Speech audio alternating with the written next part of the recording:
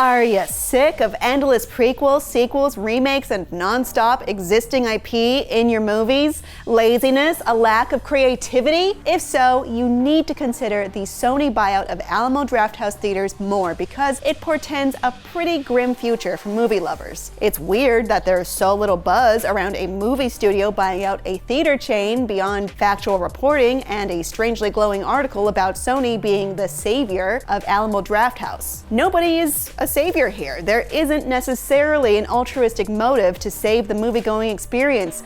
In fact, what it could mean is far worse for anyone who isn't directly profiting, and I'm guessing that's you.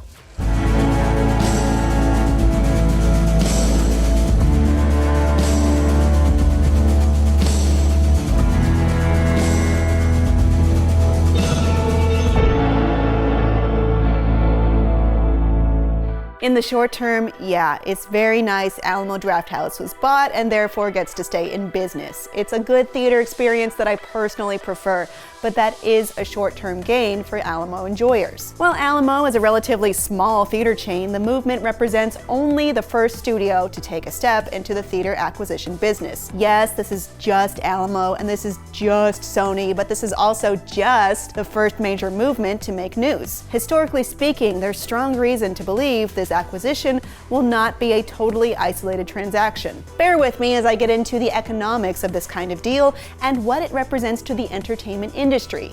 An industry that is very much in recovery following long strikes and a pandemic that changed entertainment consumption drastically, by the way.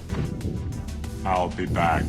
Let's talk about some things that aren't mentioned in other stories about the acquisition and what they really mean, starting with how studios currently earn money from theater releases. As it stands, when you spend, let's say, $1 on a movie ticket, roughly 50 to 60 cents will go to the studio that made it, and roughly 40 to 50 cents will go to the theater. These aren't exact numbers, and in practicality, percentages can slide up or down depending on the movie and any deal struck with the theater. But if the studio owns the theater, then they obviously keep 100% of the profits. And when an entire chain is purchased, that certainly adds up to higher returns to the controlling studio. 100% is obviously bigger than only 50%, yes, but there's more to it. Believe it or not, there are even more perks than taking all the money in a single business transaction. The point is, ladies and gentlemen, that greed, for lack of a better word, is good.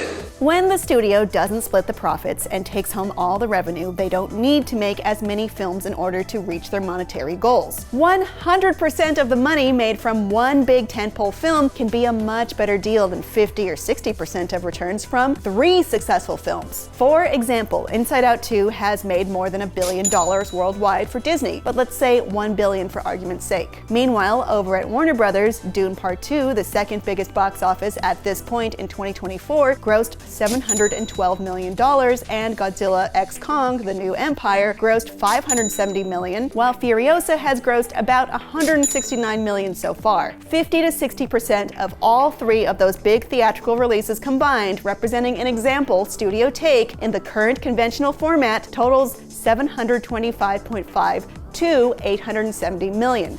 That's for 3 movies together. If Disney had owned the theaters that played Inside Out 2, they would have gotten a bigger payday off one big hit film than the combined total of 3 big movies released in the current way. Furthermore, making one bet and winning is preferable to making several bets and taking some losses. There is some risk mitigation in this method too, and yes, say what you will about how Dune Part 2, Godzilla x Kong, and Furiosa panned out individually, all the movies I've mentioned so far received a lot of buzz and attention pre-release, and were all more than decent bets to be moneymakers.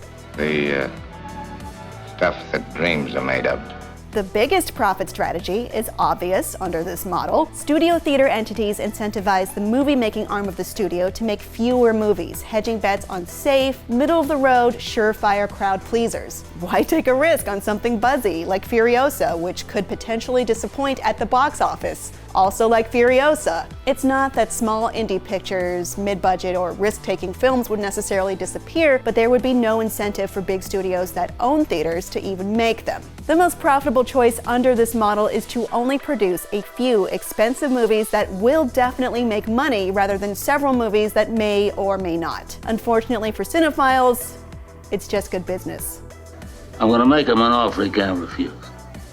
Another profit gainer for studios that own theaters is that those few big, safe bet movies that they could put all their chips in would do tremendous box office numbers. Box office numbers which in turn make the film that much more appealing to streaming partners. This means selling the streaming rights to a film can make an even greater return for studios. Which streaming platform is not going to want a billion-dollar box office movie drawing in customers? Who's going to argue with that hype? Show me the money! Smaller theater owners have reported box office return gaming as well.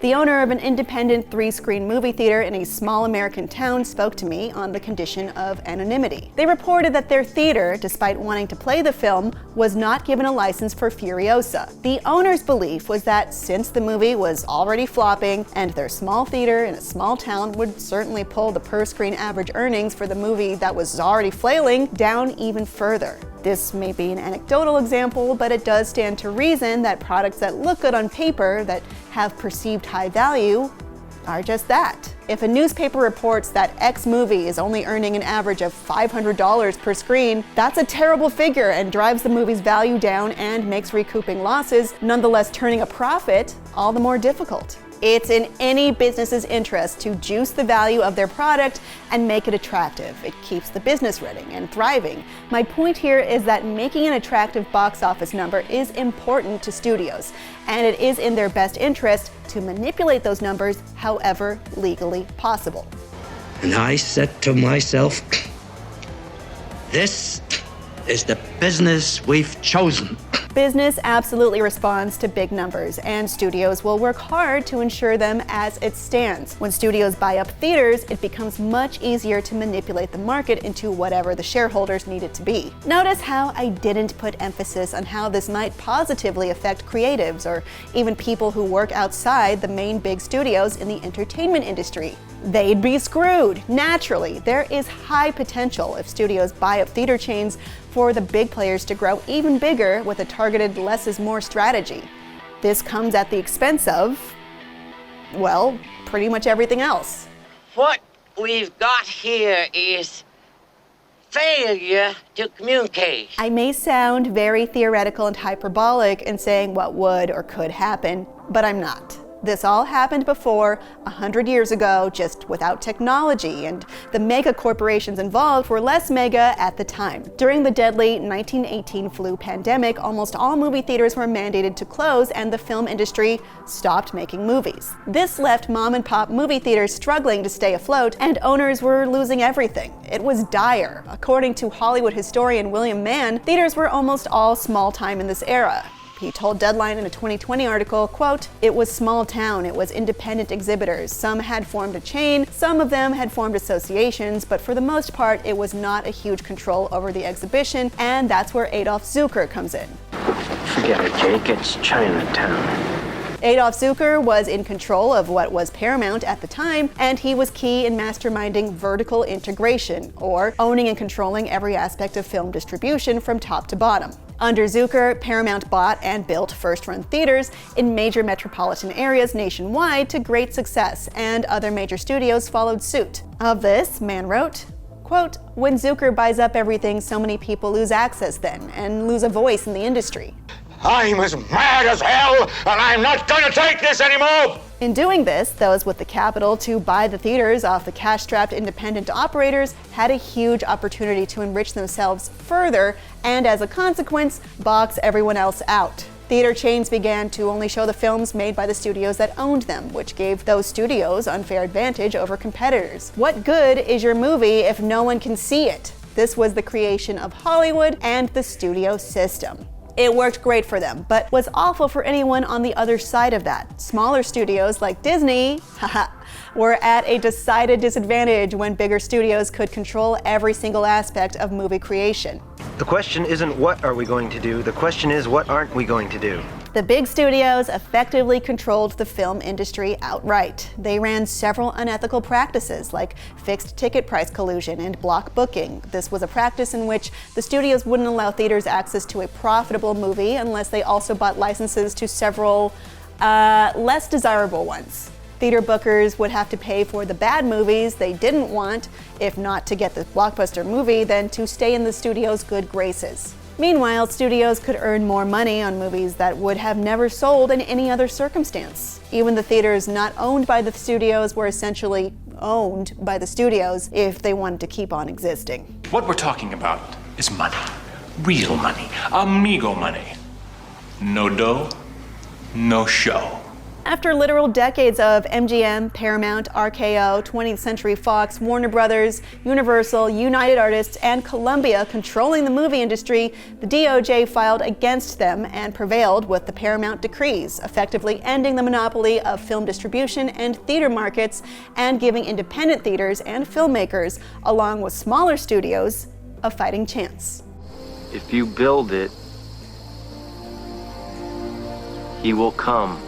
Anyway, that was terminated and sunsetted a couple years ago, and the Paramount decrees have been lifted. Granted, studios were more honor-bound than duty-bound to oblige, but it was an industry standard, and following the Paramount decree being lifted, there isn't even that. Studios are allowed to own theaters again. To be clear, companies like Netflix and Amazon are not legally recognized as studios and never had to be held to those standards, which is partially why the Paramount decrees were lifted, to make the industry more equitable for the big studios, not the independent creatives and theaters for whom the decision was originally intended to help. In her ruling, the judge who removed the decrees concluded they were no longer needed because film distribution has changed significantly. Namely, streaming exists, and the harm caused by vertical integration would no longer be there. Toto, I have a feeling we're not in Kansas anymore. It's been about 75 years since the decrees were put in place. Things have changed, but the spirit of manipulation and control of the industry are still present. The COVID-19 pandemic absolutely changed how movies are distributed. People got used to their favorites arriving on streaming and started waiting out for home releases. If you'll remember, Warner Brothers decided the day and date of their entire slate on HBO Max in this time, 2020, to the absolute ire of directors Christopher Nolan and Denis Villeneuve. Nolan said of this, quote, "Some of our industry's biggest filmmakers and most important movie stars went to bed the night before thinking they were working for the greatest movie studio and woke up to find out they were working for the worst streaming service." He added, quote, "Their decision makes no economic sense, and even the most casual Wall Street investor can see the difference between disruption and dysfunction. There is always a struggle between creative spirit and who is holding the money in the artistic industry." I've had the most absurd nightmare. I was poor and no one liked me. Disney also made shifts from theatrical experiences to streaming. Just ask Scarlett Johansson, in part to beef up Disney Plus offerings, and it worked for that purpose until it really didn't work for later theatrical releases. The window between theatrical and home releases has gotten shorter than it's ever been. Pre-pandemic, movies could expect theater exclusivity for about 75 to 90 days. Now, Universal, for one, has signed a deal with Cinemark for some of its movies to play in theaters just 3 weekends, about 17 days before transitioning to on-demand platforms. CNBC reported findings from market research firm The Numbers that the average theatrical run for a movie in 2023 was 39 days. As of mid-2024, the average is 29.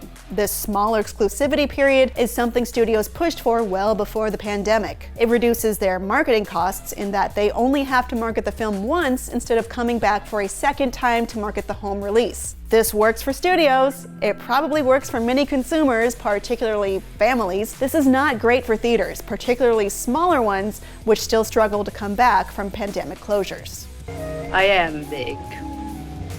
It's the pictures that got small. In some ways, it's as if the studio interests that empowered streaming have in part depowered the theatrical experience, putting theaters on the brink and in need of saving, which is now starting to happen via studio acquisition, sort of like being both an arsonist and a firefighter at the same time. Sony is a smaller studio without a subscription-based streaming service aside from Crunchyroll, which it acquired. Alamo Drafthouse is a smaller chain too, that's true. This may feel minor now, but it's only the first step. It's only the first bit of waiting and water testing before a major studio buys a major chain. Currently, Universal has a deal with Cinemark, which I touched on earlier, and Disney has had a solid relationship with AMC theaters for years, including agreements that have in previous years tied the biggest movie theater operator in the world with Disney Plus via special screenings at AMC theaters for Disney Plus Day. AMC also operates theaters in the resort area of Disney World and previously did the same at Disneyland. The location is a Din Tai Fung now.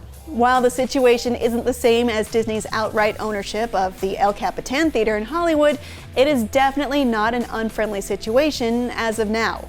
The major corporations in play are working together to provide mutually beneficial agreements. We'll see how this develops as tech, legislation, and trends evolve. This is Houston.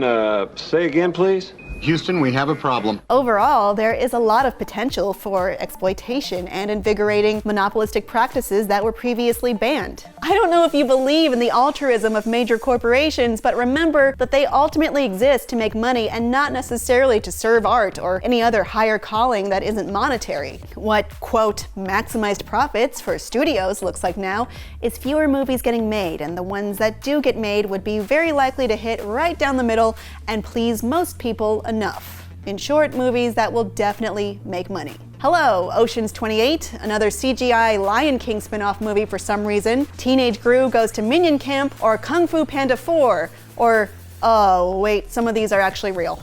This is not working at all. And this isn't to say all the studios are evil corporations out to get you. Yeah, I mean, well, yeah, maybe, probably. But corporations exist to make as much money as possible. It's like getting mad at a baby for making noise, or a Megan killer doll for killing. It's sort of what they're programmed to do, whether you totally agree with the system that caused their existence or not. In essence, I'm saying regulations should exist to protect consumers, to protect jobs, and to protect interests that don't have billions of dollars and the ability to shift the entire industry by throwing weight around because there is value and potential there. For now, that antitrust measure is gone, and that's probably going to spell a bad time for movie lovers in the long term, even if it helps a struggling theater chain out in the short term. Do or do not. There is no try.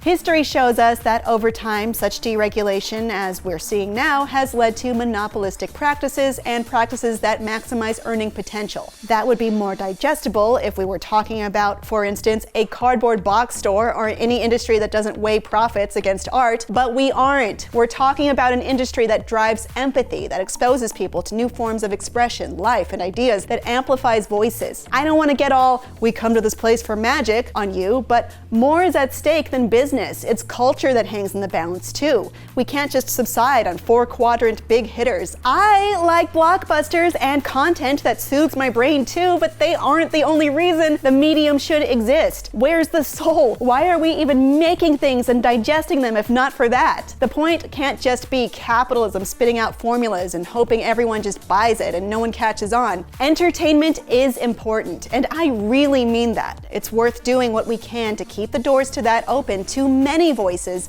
instead of just a few carefully curated ones. Somehow, heartbreak feels good in a place like this. Well, thank you so much for sticking around. I know that was a lot. I'm Kim Horcher, and for more entertainment at large, you're already at the best place, IGN.com.